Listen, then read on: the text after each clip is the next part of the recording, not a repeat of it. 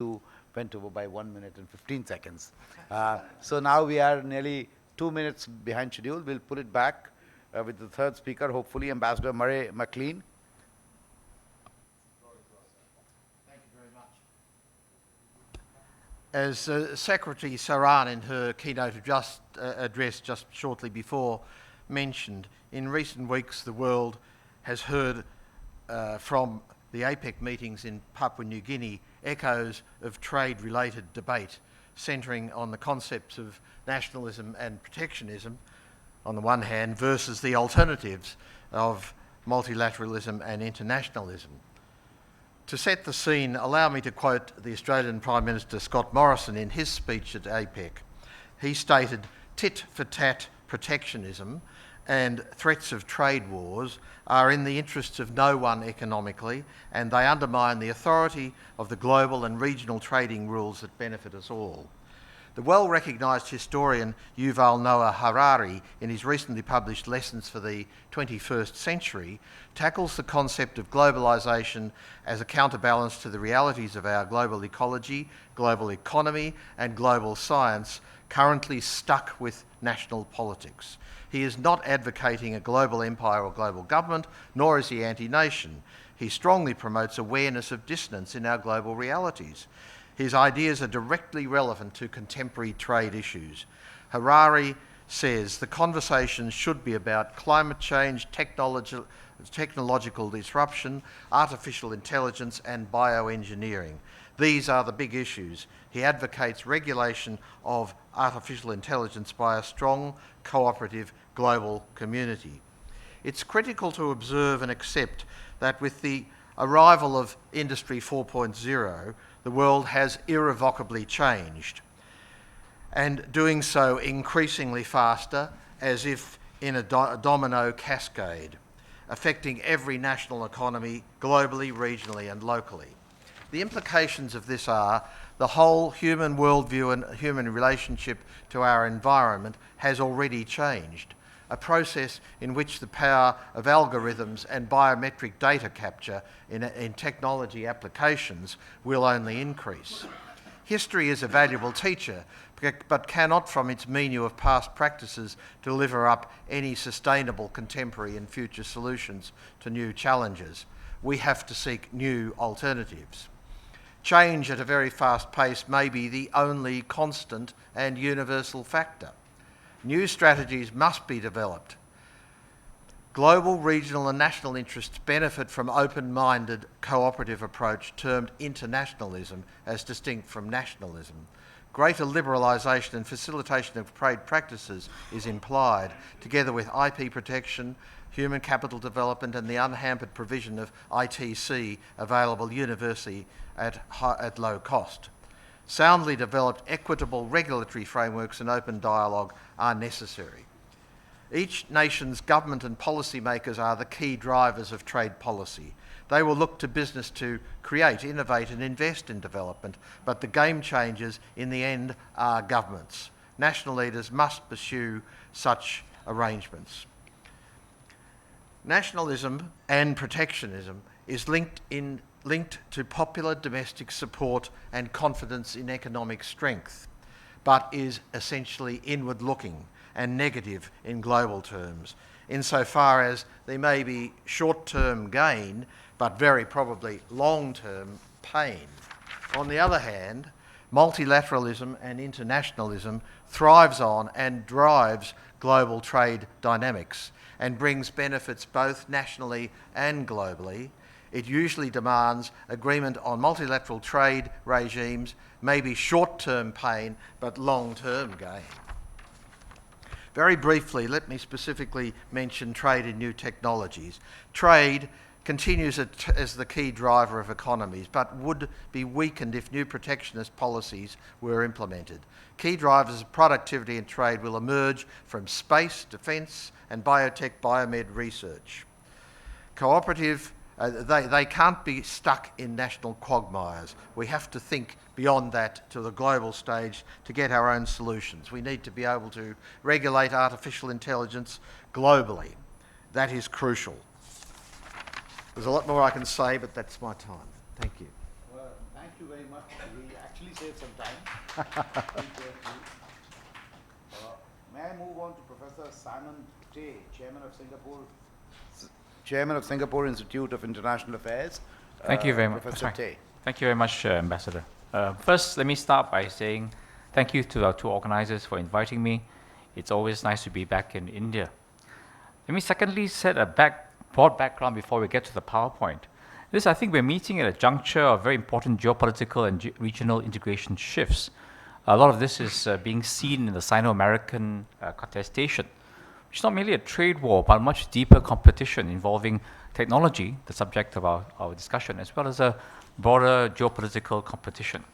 And at stake is, I think, the version of globalization and trade rules-based system we're used to. And the need, pressingly, is for a form of collective leadership involving not only ASEAN, where I'm from, but a wider coalition among many people, including us in Asia. There are opportunities, like RCEP, but there are dangers we will miss these opportunities. I think these possible shifts can also benefit some people, though it will hurt many. And ASEAN, the region I'm from, and South Asia, where we are, could be possible gainers. In technology, they will see another disruption, and let me turn to my slides now. If I could start with the slides, and how does this work? First one? No, second one. Okay. The pattern of development we have seen, I much agree with Mignon Chan, that this has changed very much. And I'll just speed it up to today. I think really what we're seeing now is a very production chain which hubs around China. So everything you see that the Americans are using against China will have a knock-on effect on many of us. I think that additionally, the AEC, the ASEAN Economic Community, has been trying to integrate ourselves, and all these are Asian-wide responses to what we see as the post-global financial world, crisis world, that we had to learn to get on without America so much. I think the other thing that's coming up very clearly is India's predicted emergence. I mean, India is a force to itself. When I say its emergence, I'm taking the Act East policy seriously. India is a universe to itself, but it's not been as fully engaged with the rest of the region as it will be, I think, quite soon. And so the Sino-American war, it really is creating a lot of options and distractions for us. Let me move on in the interest of time to my next slide, and this is about technology. I must confess I'm a lawyer, so I'm a bit of a dinosaur when it comes to technology. But I think really, for my region, it really sees a great challenge and potential disruption, because we are largely present and future as a middle economy. Projections are ASEAN will grow to be basically middle class, and therefore more expensive than now. And so we need to start adopting the kind of technologies that are necessary, or will be left behind in the middle income trap. Its transition for value innovation, I think, will be key. And sometimes we can see this happening before our eyes. Indonesia, where Jose Rizal knows much better than I do, has really been an example of this moving, not just in terms of resources and the consumer market, but almost all the unicorns in Southeast Asia are emerging in that large market, which has relatively given space and capital to a lot of startups. The impact of concern, of course, is on jobs. And I'd like to divide that between the AI side, artificial intelligence side, versus what I consider the communications technology side. On the communication technology, I really think that there's a lot to be gained. There are a lot of areas where in Myanmar or in other countries, the mobile technology is just allowing many more companies to start up and do faster, better than ever before. But of course, our region is also facing the social policy that many of you have talked about of no one left behind. So we will start to see a real need to shift the entire nature of our economies from a very much a resource-based, low value, many jobs based to deal with the changes coming up. I think that requires that we actually redesign our trade agreements. We need to start moving from a trade rules-based approach to one that actually emphasizes the wider integration, that allows wider application of technologies and new ways of thinking and policy making to infrastructure, to smart cities, networks, and other things that really help make the integration real rather than just rules on paper. I mean, I'm not saying the rules on paper are still important, but we need the reality too. And here we need to fill the gaps, allowing service outsourcing, movement of people, and this will be big challenges to rule makers.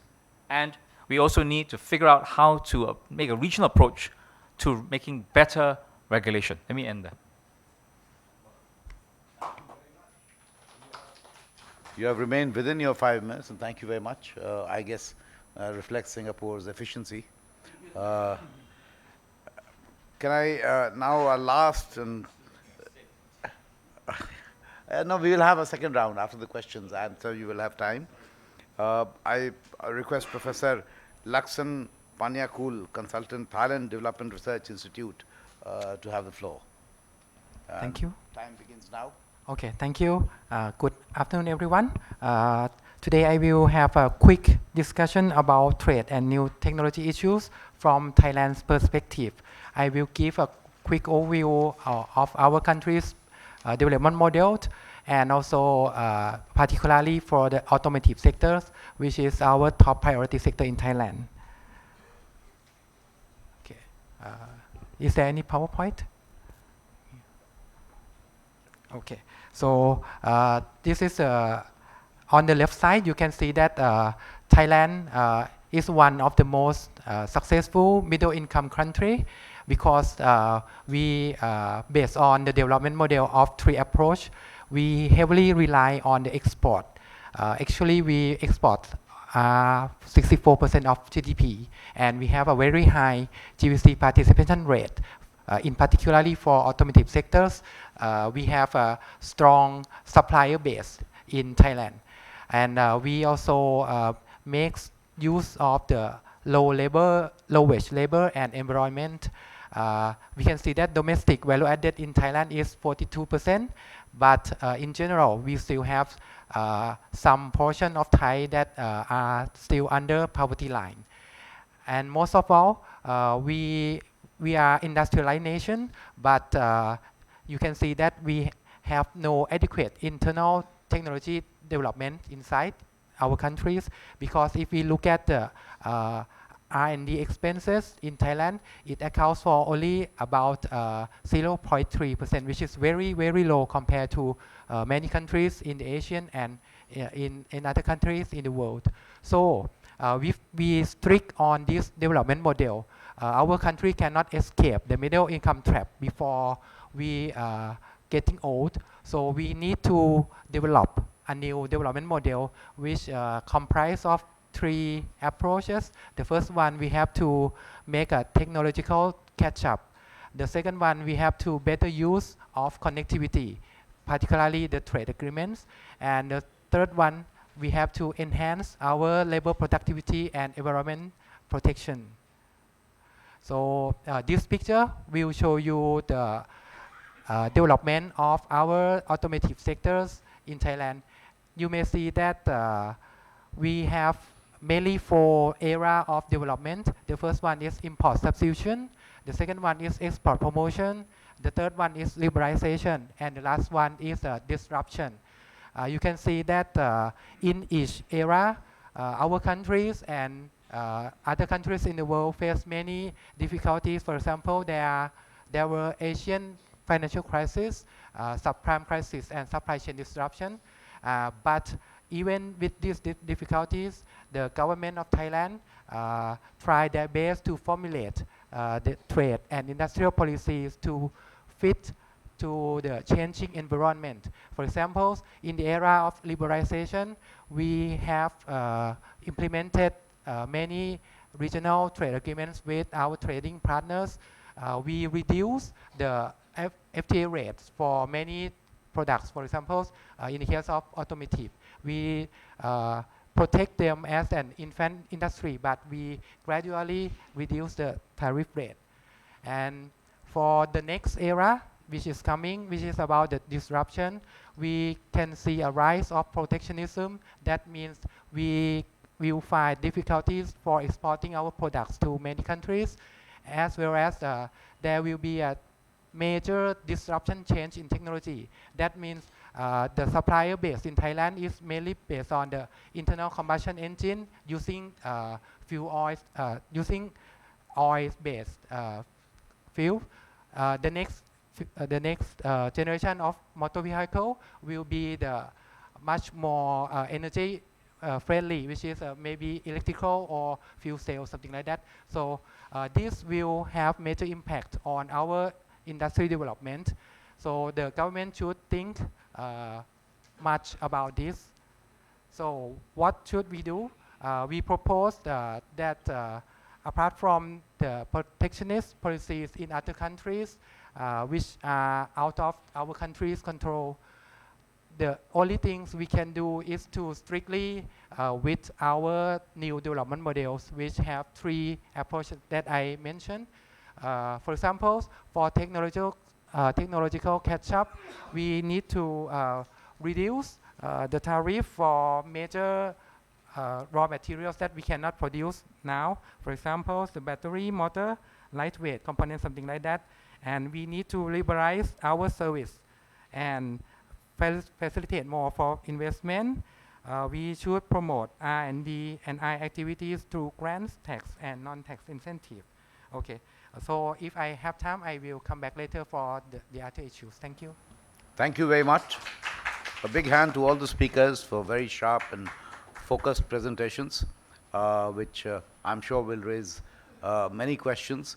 Of course, for the questioners also, there are ground rules that it has to be questions. Otherwise, both us and the panelists would spend a lot of time trying to cull out the question from your interventions. To do, just introduce yourself and also identify the panelists you would want your question to be answered. I have one hand there, gentlemen. So what we'll do is we'll take 3 or 4 questions. We have 20 minutes more. So I'm an economist.